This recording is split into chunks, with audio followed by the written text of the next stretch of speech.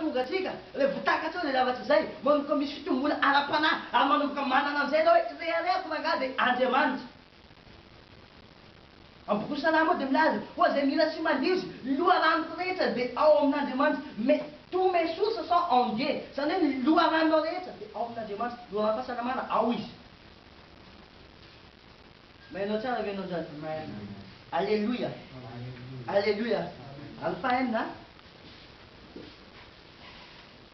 ny fahaenina, opportunité ahafahanao manitatra ny voninahitran'Andriamanitra miady hatrehanao.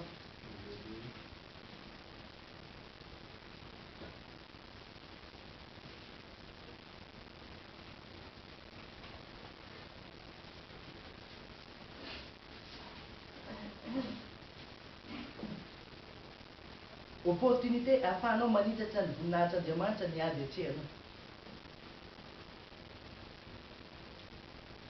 Tadidina fa rehefa miatsikady ianao dia tonga dia ataovy tonga anaty saina voalohany fa opportunité nizay io ahafahanao manitatra ny voninahitran'Andriamanitra. Dia zany samaina tao antsika.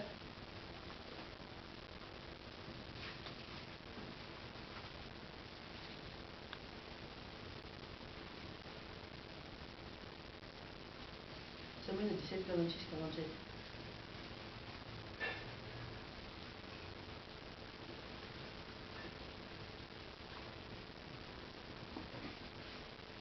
Samuel 17, 46, 47 raha tsika mamaky amin'andro sao sy isa lohateny.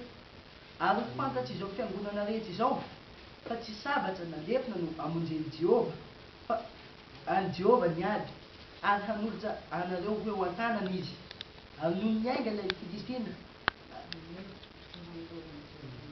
46, 47 ma dia 47 dia vakito eo. 46 isa roa telo.